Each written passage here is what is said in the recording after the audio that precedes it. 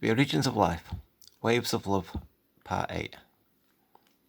So, we've got this seashell. Obviously, the pareidolia which is going off. But really, I mean, is it still pareidolia? Because, like, I mean, it looks like a face, obviously, in that sense. But, like, the truth of it is, this is exactly what it's representing. And so, like, we can see the waves, and it's like loads of waves upon waves on it. So there's a bit of time which is involved, and it kind of compressed it in a sense. But it doesn't matter because it's like you got just one wave here, and like you have to see the lip of a wave, and then like the mouth, and then how that kind of comes into like the next waves, which is like that's the eyes, and also how happy it looks. Because of the waves of love aspect of it and stuff. It's a vital part of the design concept of it all. You know what I mean? By like the creator and stuff. Like it's like the prime element of what life is.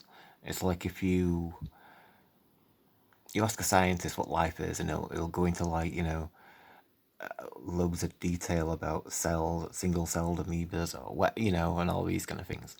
But if you ask yourself, and in that, and back when you were a child, what was life then? What does life mean? And so like it's just what your experiences are, as a child and stuff, and what's the most important thing in that kind of aspect. You know what I mean? It's like if you had a childhood which, so I don't know, like periods of badness, say, you know what I mean, which were difficult or whatever. You've got the periods of goodness, which are much more noticeable. Say if things were always good, then you don't notice it, mate. You just might take it for granted. But like if bad things happen sometimes, then like those good times, that kind of stands out then, and it's gonna like you want that rather than the bad times. Unless you get caught into like a negative addiction towards the bad stuff, craving pity and all these kind of things. You know what I mean? It's a contradiction to what you're supposed to be, but recognizing the difference is something else. It's like so many people move away from a bad situation to create a better life. So like we can see what's good, and so like we go for those options. So it's like making life good. So what is life? Is it looking at it in a scientific way, or is it in that terms of experience, and what your feelings are and stuff? Because that's what we experience more than anything else. you know you can't escape feelings. They're there as soon as you wake up, you know what I mean, and you've got to experience it every day, haven't you know what I mean, and stuff like. So how you approach life and how you deal with life is all important for it. And also when you extrapolate the way of the ocean, like the philosophy of the ocean, into your life, then that kind of, it brings everything into balance. So I mean, really, it's quite a deep topic. I could go on for hours of, talking about specific things and stuff like. But for now, like I say, we're talking about shape and stuff, aren't we? Shape and love. Love is a big aspect of it and stuff, kind of thing. But with the shape, this is like as a identifier. So in the shell, we're seeing a micro of a macro example. So it's showing you all the waves and how it's a smiley face. So this is where the design concept comes from, and then we just go from there, kind of thing. So another angle, probably a different shell, but same type, just so you can see waves and how it forms and stuff. So you can't see the pareidolia as much there. I mean, you can a little bit, I suppose, but like I say, it's just as an example.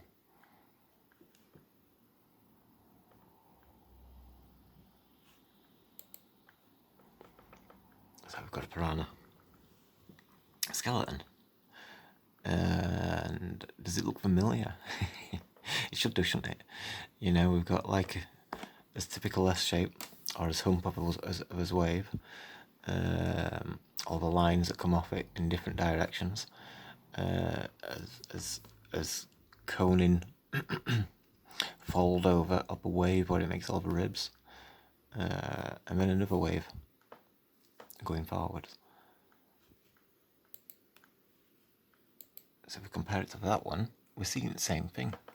It arches up for the ribs, and then the rest of its spine, and you've got its fins, the rest of its body going up to that point, and then down as well. That's forward, isn't it? I mean, the shell's different. Its stability is better that way, but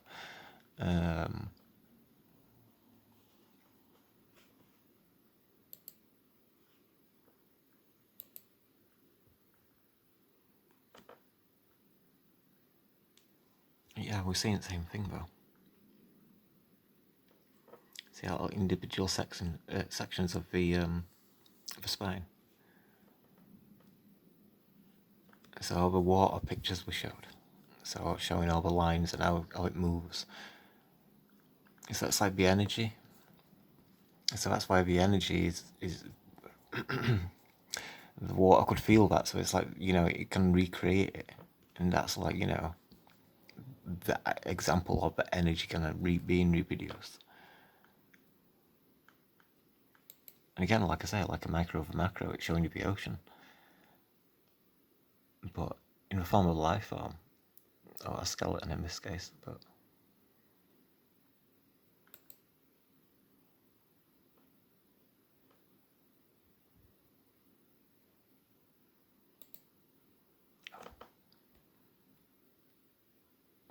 so we've got his hump, the wall of a wave where it dips in there and its eyes, the beak, how it comes out and stuff. There's quite a few things about it because it's like it mystifies scientists in the way that it adapts many different aspects from different life forms and it mixes it into one. But it's kind of like inappropriate because it's like it's a mammal. It's a mammal that lays eggs.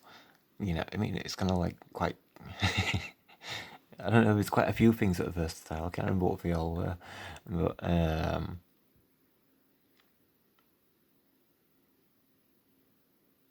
but ignoring the original way of thinking, like the Darwin kind of path of you know, evolution. And seeing it as it came from the ocean. The decision came from the ocean. It spread it to the plants, and the plants were able to create minerals and whatever it needed to produce stuff. Like, you know, an apple tree can produce things so it's able to produce apples, you know? So it's just the same thing. It's going to, like, you know, water gives the information to the apple tree, which we'll cover later as well. And then the tree repeats the information. So, or whichever plant it is. Yeah, it's got to be to a certain plant. Water can't go to an apple tree and say, I want you to make oranges. You know? So, it's already set, you know? It's like, you know, that tree grew from an apple seed, so it kind of goes through that way and stuff. But when you look at it all, when you compare all the ocean-like references, then you can see where it's going. So it's like this, it came from the ocean. And when the plant, whichever plant it were, which could produce this, it could do it in the right time, you know, during the time when it was a utopia, when water knew that people would be able to survive, or creatures would be able to survive, because of the environment and say the brain network of a forest, it were complete, it were full, and water being part of that, sharing it,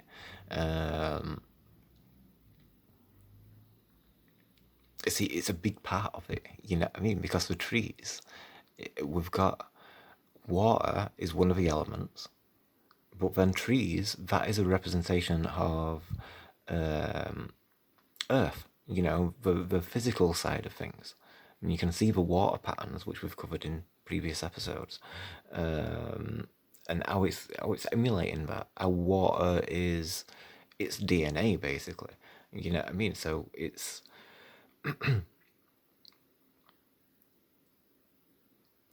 from the ocean. So like all the information, that's why there's no. It doesn't have to be a set thing for whatever it's creating.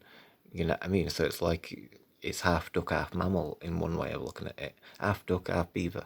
Um, and maybe a bit more things in it as well, I'm not sure. But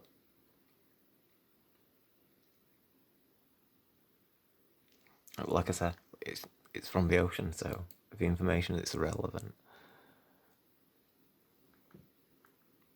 You got your heart shape. You see how the ocean, it's got a dip and then it comes back up for the lip of a wave.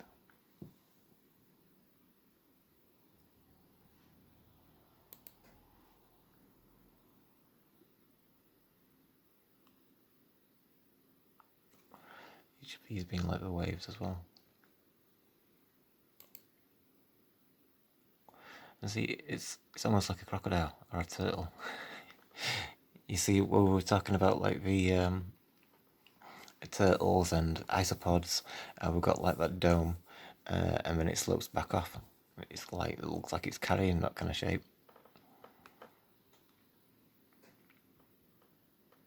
I don't know if it's water doing it though, just making it look like that. That's kind of crocodilish.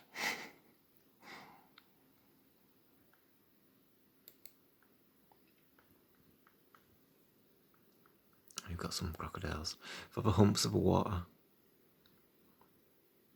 and I see its reflection. So, like, your hump is your wave, it can see, the hump for it breathing, which we did touch on last one, didn't we? And so it moves forward, and that's a wave. But obviously, if you look at a wave in front here, and you can see all teeth at wave rolling over, and it becomes frothy and crashes into the ground. And that's what that is, that side. Just like the hammerhead shark, but it's this way rather than across that way for hammerhead. So like our teeth, human's teeth, they're it's like a wall at the front, you know what I mean? And then we've got teeth at sides as well, kind of thing. But we do have a wall, and that's got a really short wall in comparison to the length of the side of its teeth. But in terms of the ocean, and now as I mentioned how it moves, you know what I mean? It can move that way or that way, can it? Just like the wave does, it comes in and then it goes back out. And then at the other side of the ocean, it'd go out and then come back in. So, this is like the teeth of those waves. And there's so many other things. You know how crocodiles can move through water.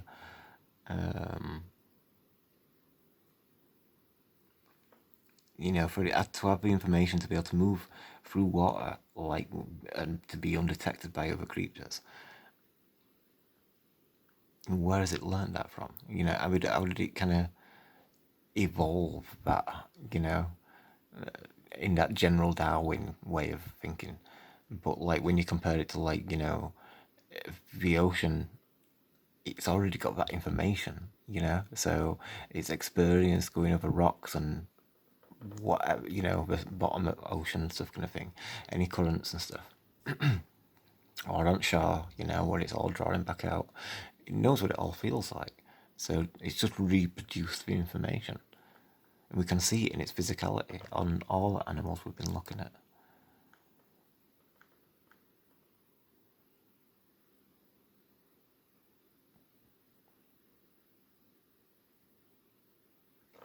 Like the duck. See how it's all sinking into its mouth. And the water, it can't help it, can it? So anything dropped in that water, it will just sink in as well. So it's like the bottom of the mouth is like the shore after the water's been on it, which means it's going to draw back.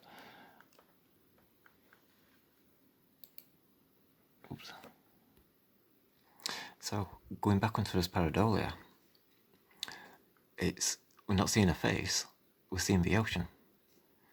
So I can't zoom in. Obviously, the white stuff is waves. You've got one here reflected, and you've got these that come over. It's going around its nose as well. And so we're seeing that line for the nose aspect.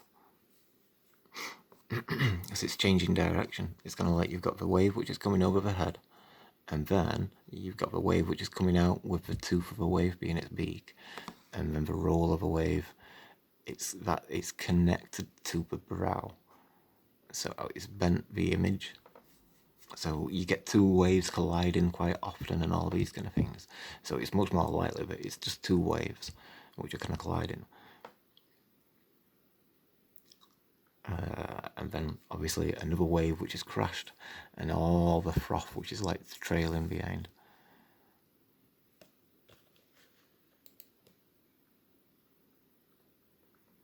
Any more examples of it? Splash lines.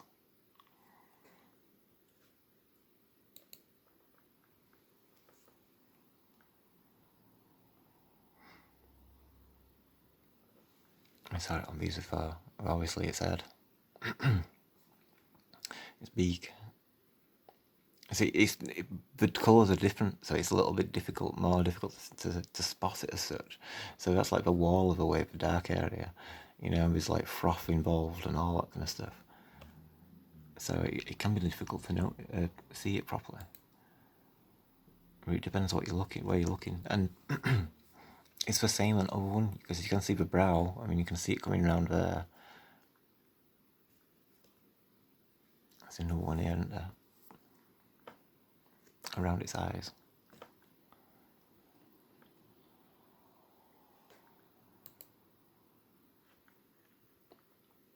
You see the heart shape for its face. The different colours and all the froth.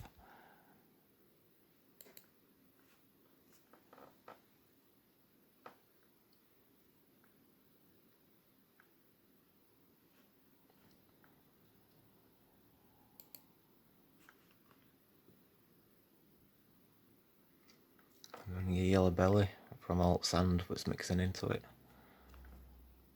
You know, splashing that comes off.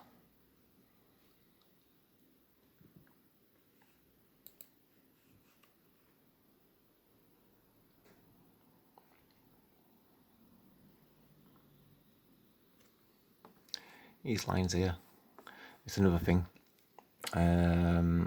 Tears, because of waves of love and all, connecting it to emotions and stuff like. When we cry, water floods out of his eyes. So, like, you know, there's a correlation there, you know what I mean, because of the ocean and what water is and stuff in spiritual terms, connecting it to emotions and all that kind of thing. It makes a lot of sense. But there's more to that directional line. We've pointed it out a few times on that fish where it kind of creates the bridge of the nose. And it also had a dome at the top, didn't it? A doming. So like part of its head kind of went forward and then it comes back. And then it had like, you know, it kind of came forward again for its lips. But it had like this V, which kind of went around the nose edge area. So you had a bridge up the nose. But I think this one's more for colour, I think. And that V.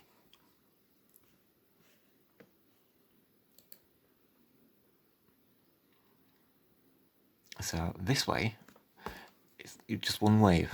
It might be two waves, but it's the angle of it.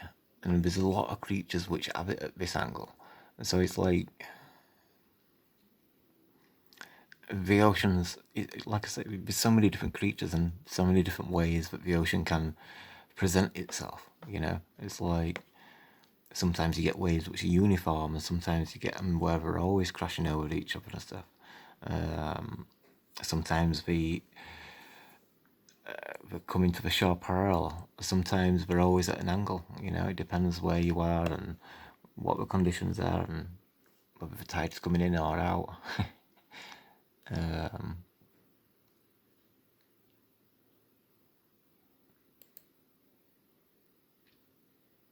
Heart shapes.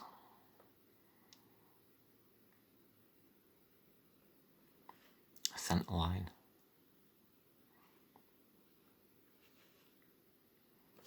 And the general hump of the shape of the wave.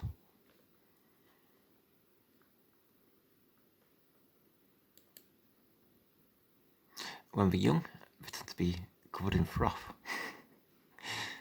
Like I mentioned last one, it's kind of like they have a big wave as they enter the life, and then at the end of the life go white again. So like another big wave. But I kind of think like coming into adulthood, that's like another wave in a sense, and you know, there's so many things. You see the lines are like that shell.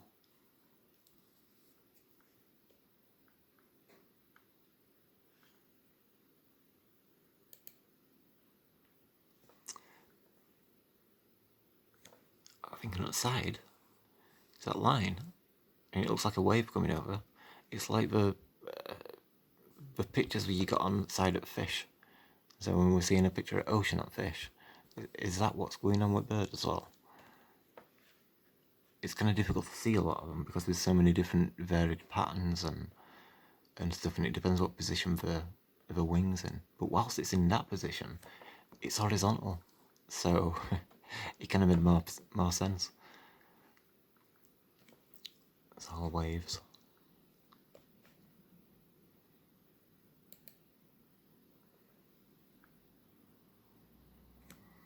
You can see the wave turning over. Oh, froth. Blackened dip. Froth again because it's turned over.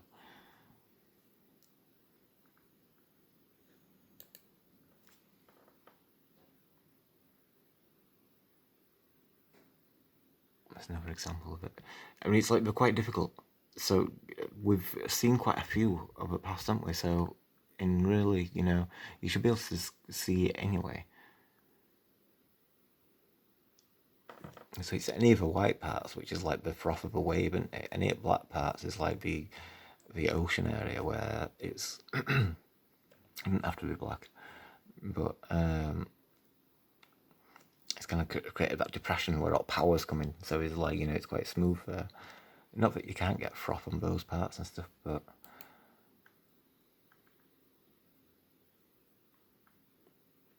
the wave shape and the heart shape, which is included.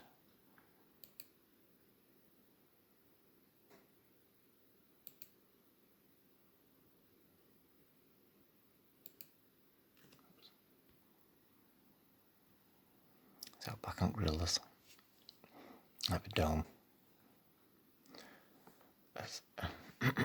Mainly the dome, really. We kind of covered with gorilla last time, didn't we? But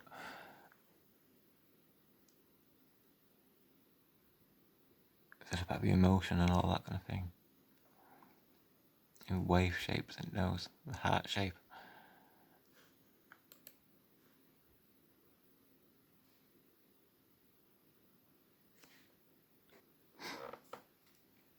So, like here, you got the two nostrils, so that's a wave. What we're better doing is turning it that way. And then you got one wave there. You can see that line, and it's following that hump line. You know what I mean? Like on the fish. You've got it again there. That's your hump. That's your wave. The depression, and then your next wave. So it's showing you the ocean. Hang on.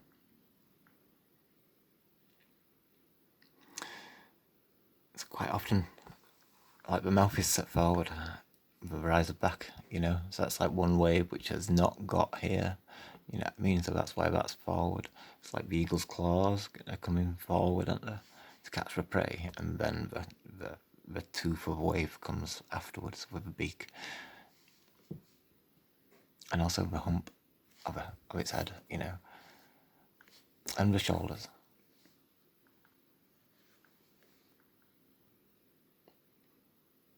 There's a lot to consider. So now we see the wave there, we see all it's spilling over and it's starting to froth up. You got remaining bits of froth, you got a bit of golden sunlight catching in there as well. And then you got the bridge of its nose, which is the wave. It's the other way in it, so it's just showing you like that. So then you got here, all that shape, which is included on most monkeys and chimps and stuff.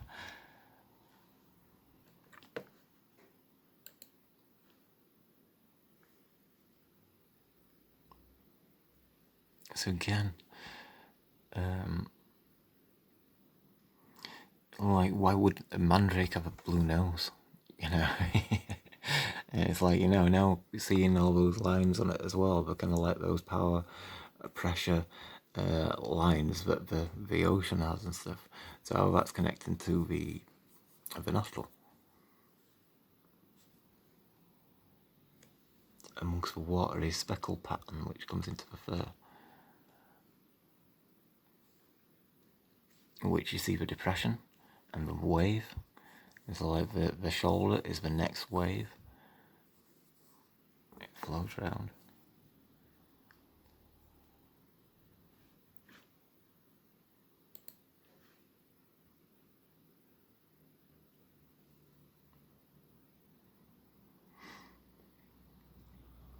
See, it seems a little bit confusing with the red. You know, you've got the blue and then you've got the red, but when you think about like neon tetras and you're seeing the blue and the red, so like the wall of a wave.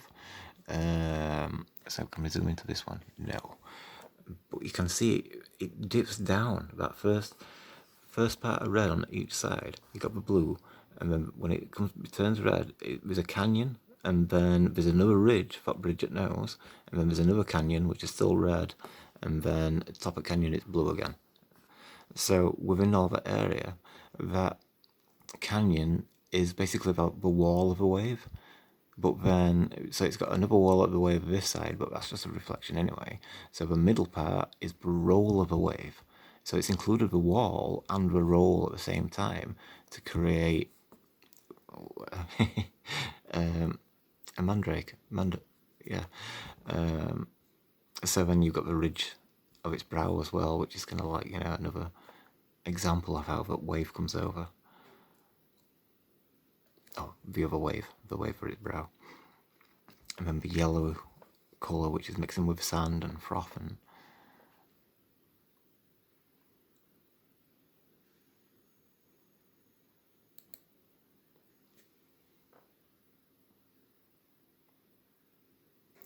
you see the water lines quite well in that one, and the yellow.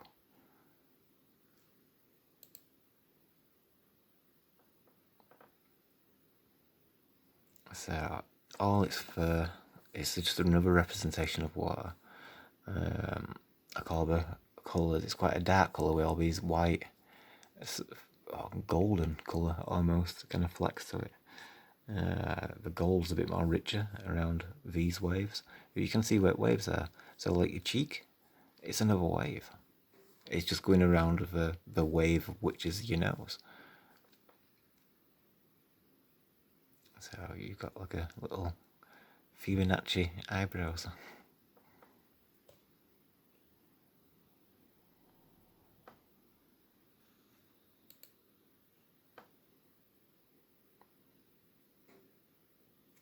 Is it a water pattern? How you get that shimmery?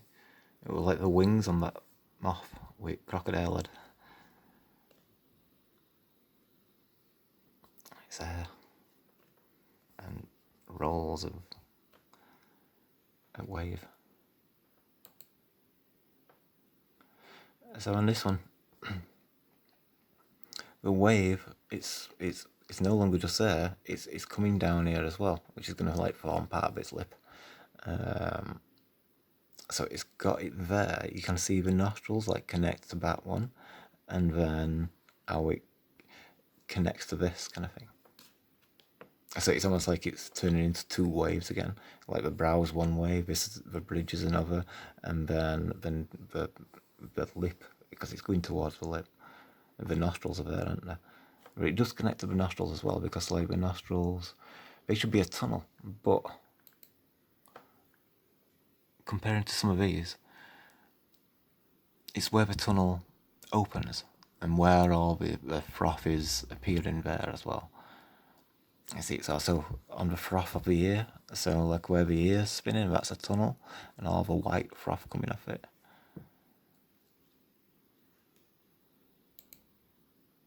Seeing it's got a heart shape.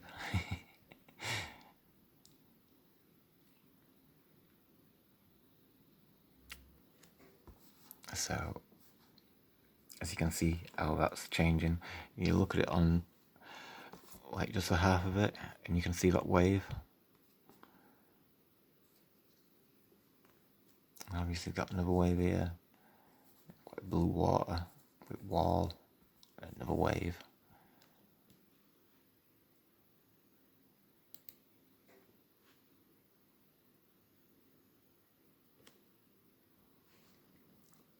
Same again.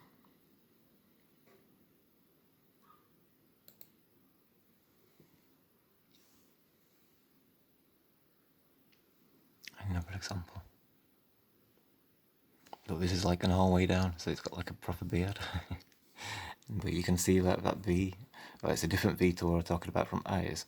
It's like, you know, the next V, which again, if you're going to look at the side of it, one half, and then that's more what it should look like.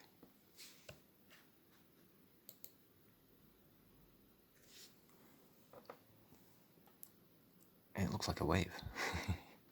Include the black part, and that's part which is turning over or about to turn over, or already is turning over, and that's a froth afterwards. But I'm at my limit of my minutes, so I'll have to end it here, and I'll get on with the next one. Actually, this is the end of this series, so I'll be starting the next part of this series, the next chapter. So thank you for watching, and I'll get on with the next one. Cheers.